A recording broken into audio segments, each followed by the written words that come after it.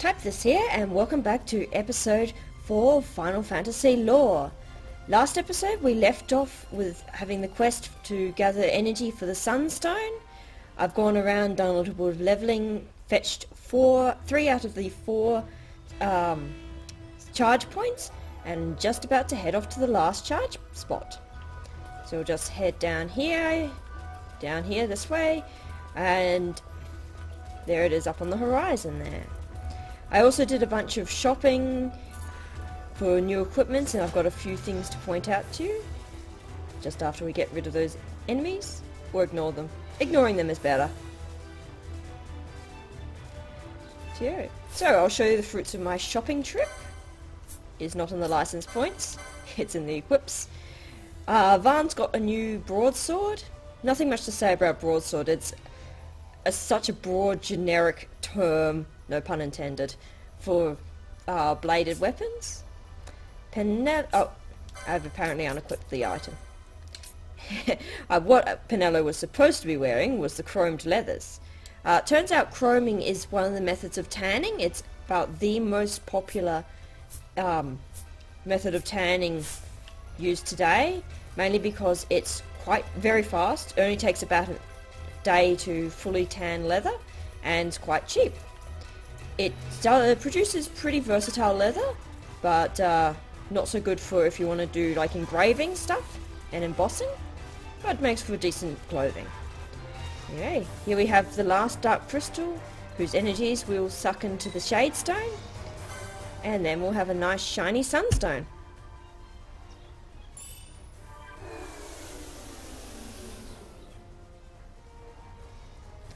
Yep, so got the stone. Now we just have to head back to Jin to get it verified and progress with the plot. Sunstone. Now this episode won't have a huge amount of lore in it. We've got the Shadestone there, just because I don't encounter that many more enemies. So I'll go over something a bit different today. So just after we head back to the Nomad's camp.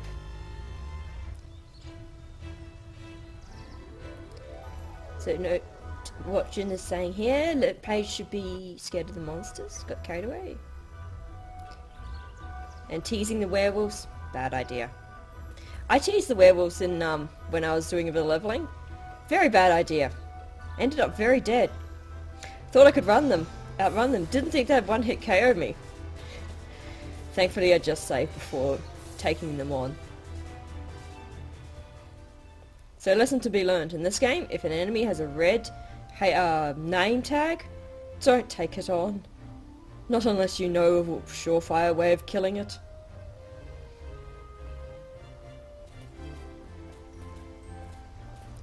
Right here. Jin's safe and sound. Mishana's happy and gives us a few nice items. Couple of teleport stones, that's good.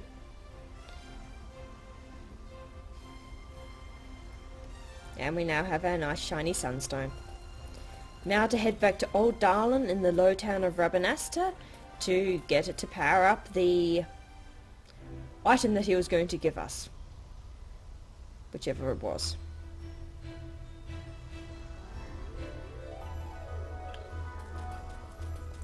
Alright, safely ignore the enemies. We don't care about the hyenas anymore. I do care about those pots of treasure though. Potion? Useful. More potions? Oh, an antidote. Good enough. Right here. Back to Rabanaster. Now, as I was saying, mentioned before, I'd hunted down some werewolves. There are 2 werewolves that inhabit the southern area of Giza Plains.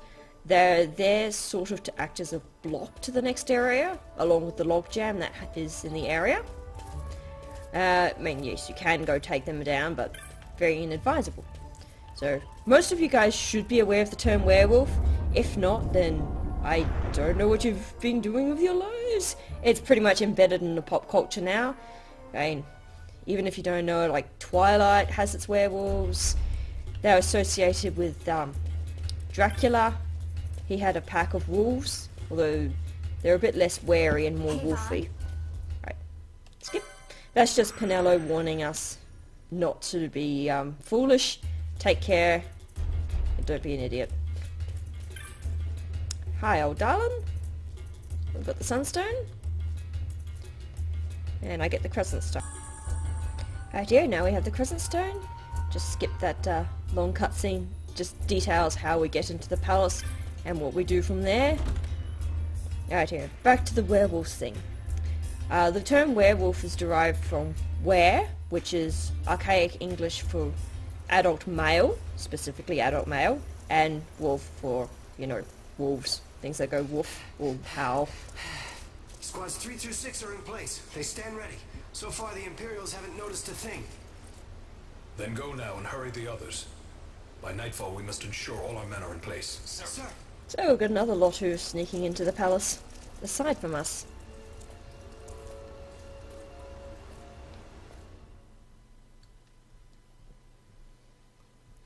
Right here.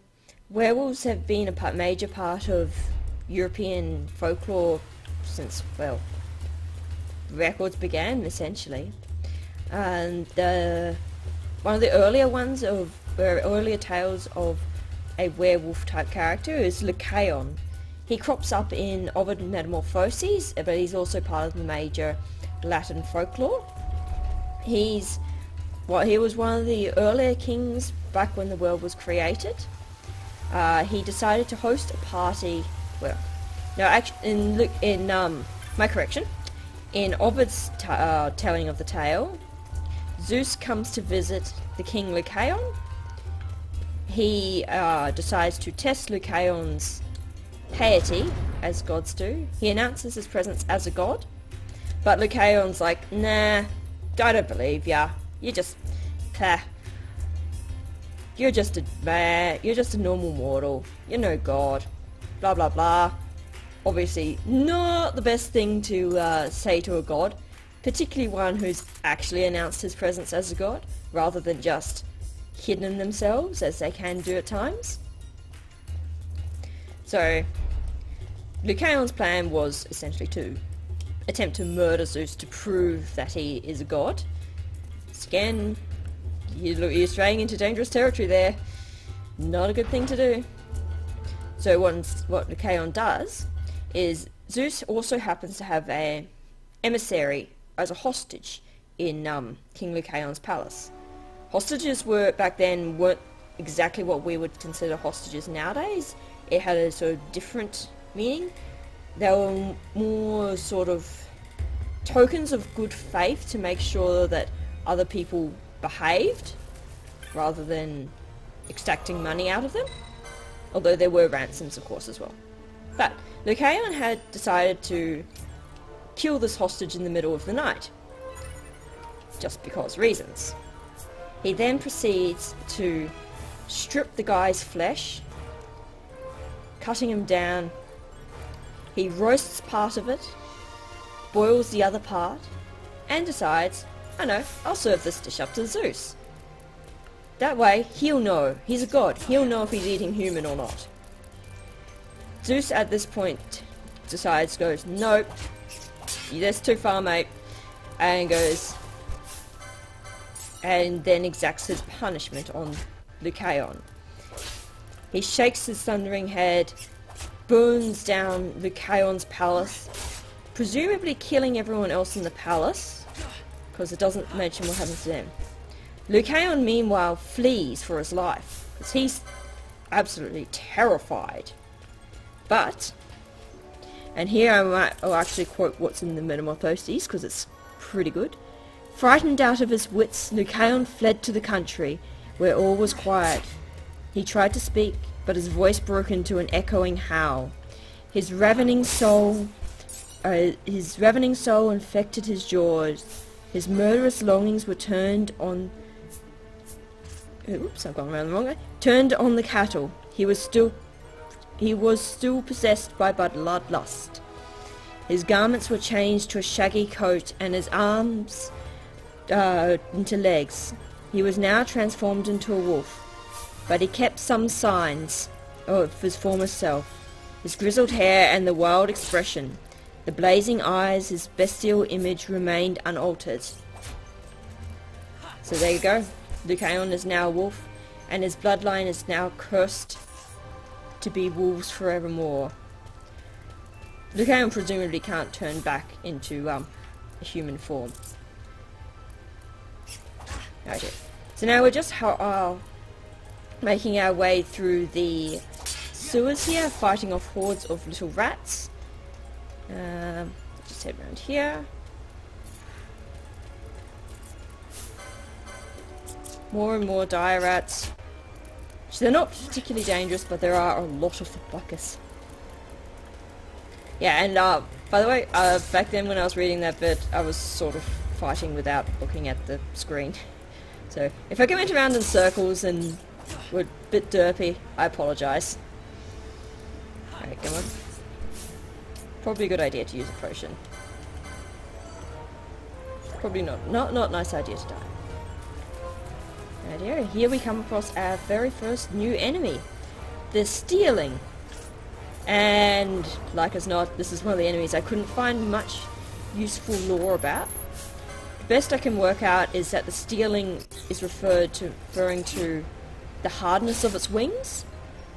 The Japanese name is Steel, or Steel. And it's, yeah, Ratsbane is steel hard fangs or something like that. It's not relating to the fact that it steals anything. Wrong spelling. Alright, let's get rid of this little Vaticans. Oh man, this one's a tougher one. It's a big plump rat, that one. And the treasure chest's back here. Oh, 1 gil. That was great. That was great loot. Yeah. So like Will Road sewers, this sewer is infested with rats. Ooh, who apparently did a lot of damage without me noticing. But unlike real world sewers, this one actually looks more like an abandoned city.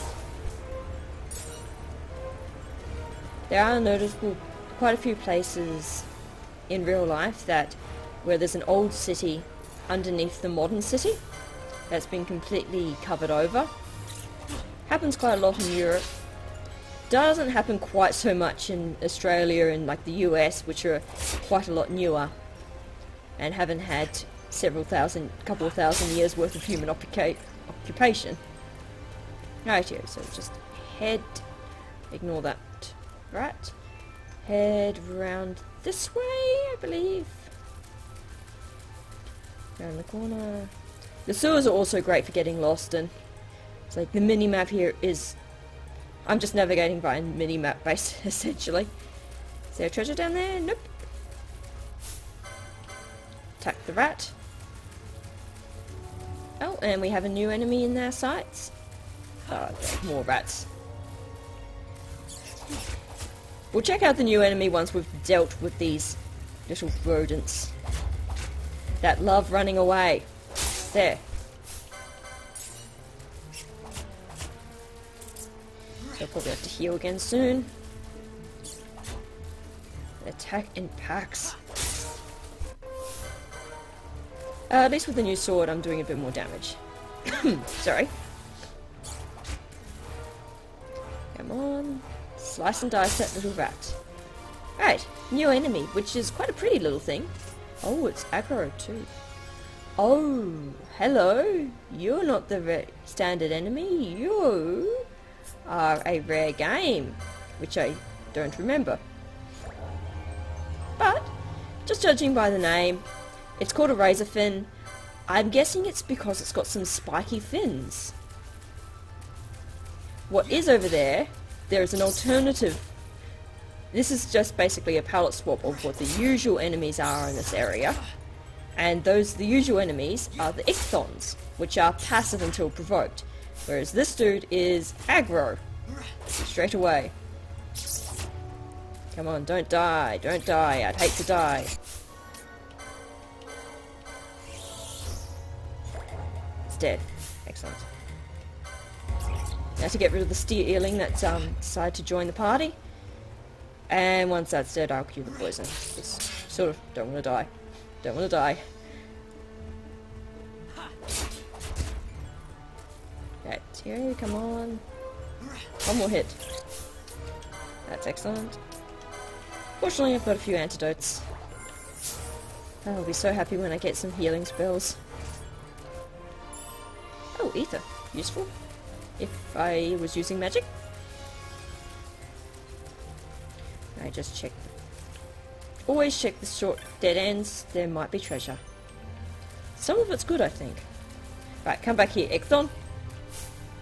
Right, so here we have the Ichthon. It's a fish, and Ichthus is the ancient Greek for fish. Pretty straightforward there as well. Alright, more rats. I think I might run from the next lot of rats. Especially if they... Whoa, whoa, whoa.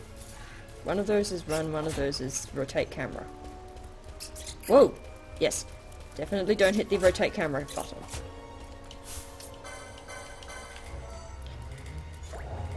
Right here.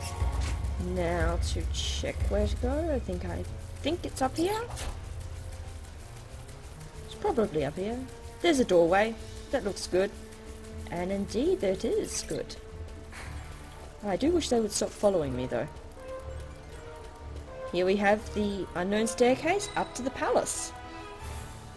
And this will be a good point to end the episode here. Thanks for watching, guys. Don't forget to leave a like.